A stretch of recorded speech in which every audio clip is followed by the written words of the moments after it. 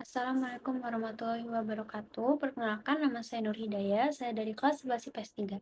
Di sini saya akan menceritakan tentang kasus peristiwa berdarah di balik pembangunan TMII. Jadi di sini saya akan menceritakan sejarah secara singkat kasus tersebut.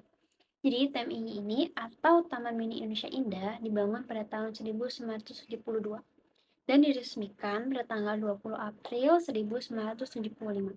TMI ini dibangun sebagai miniatur Indonesia dan mewakili khazanah pengetahuan, ragam seni dan budaya dari berbagai macam provinsi di Indonesia. Dengan kata lain, taman ini merupakan rangkuman kebudayaan bangsa Indonesia yang mencakup berbagai aspek kehidupan sehari-hari, yang dulunya hanya terdiri dari 33 provinsi, sekarang sudah menjadi 38 provinsi.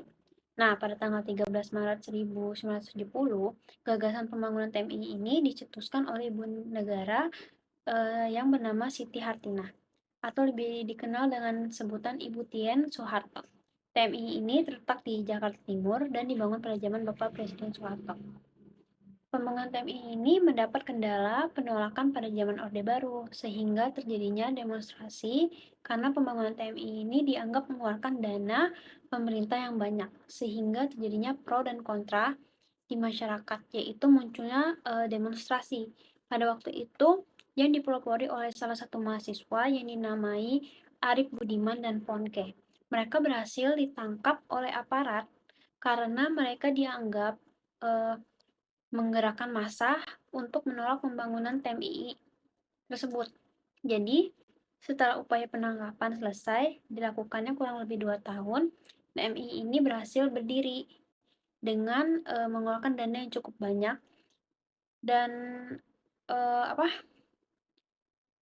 Soeharto itu mendapatkan dana, dia harus mengembalikan modal pembangunan Soeharto melalui Kepres nomor 51 tahun 1977 menyerahkan TMII ke Badan Swasta Harapan Kita, di mana waktu itu Bapak Soeharto berkedudukan sebagai Presiden Republik Indonesia yang menguasai TMII selama 44 tahun, hingga akhirnya pada tahun 21 Mei 1988, Presiden Soeharto ini lengser dari jabatan sebagai Kepala Negara. Tahun 2007, Menseknek atau Menteri Sekretaris Negara membentuk tim pengkajian pengelolaan aset hingga keluarnya putusan Presiden tanggal 1 April 2021 oleh Presiden Jokowi tentang Peraturan Presiden Nomor 11 Tahun 2021, menyatakan kalau penguasaan dan pengelolaan TMI ini oleh Yayasan Harapan Kita dinyatakan berakhir karena negara mengambil alih pengelolaan TMI ini karena negara mengalami kerugian yang nilainya mencapai 40 miliar. Dan tahun 2022, TMI ini mulai direnovasi. Dan akhirnya diatasi dengan merenovasi yang menelan biaya yang fantastis, yaitu 1,3 triliun. Dan TMI ini mulai beroperasi lagi pada tanggal 20 November 2022 yang dibuka untuk umum.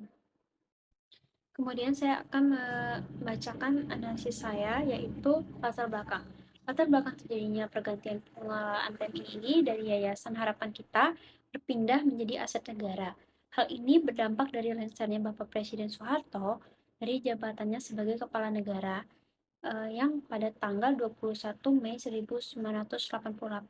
Semenjak itu, negara mengalami kerugian yang mencapai 40-50 miliar per tahunnya, didasari oleh Kepres 1 April 2021 nomor 19, sudah diambil pemerintah dan diserahkan ke PT Taman Wisata Candi. Dan tahun 2022 mulai direnovasi dan TMII pun mulai dibuka untuk umum pada tanggal 20 November 2022. Dan kedua, proses penyatuan atau proses integrasinya adalah dari pihak keluarga Soeharto yang bernaung di Yayasan Harapan Kita bersedia menyerahkan pengelolaan TMII ini kepada pemerintah yang diserahkan kepada PT Taman Wisata Candi melalui Kepres 1 April 2021 nomor 19.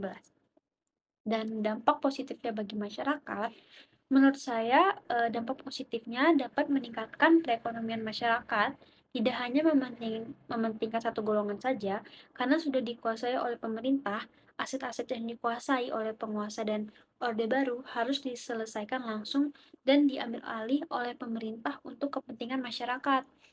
Dan terakhir, analisis dari saya, dampak bila masalah tersebut tidak terselesaikan adalah, menurut saya, jika tidak segera diselesaikan atau tidak segera diambil alih oleh pemerintah, negara akan tetap terus mengalami kerugian dan nilai yang tidak sedikit, yaitu sekitar 40 miliar sampai 50 miliar kan. Otomatis pendapatan negara berkurang dan mengakibatkan pemerataan kesejahteraan masyarakat berkurang.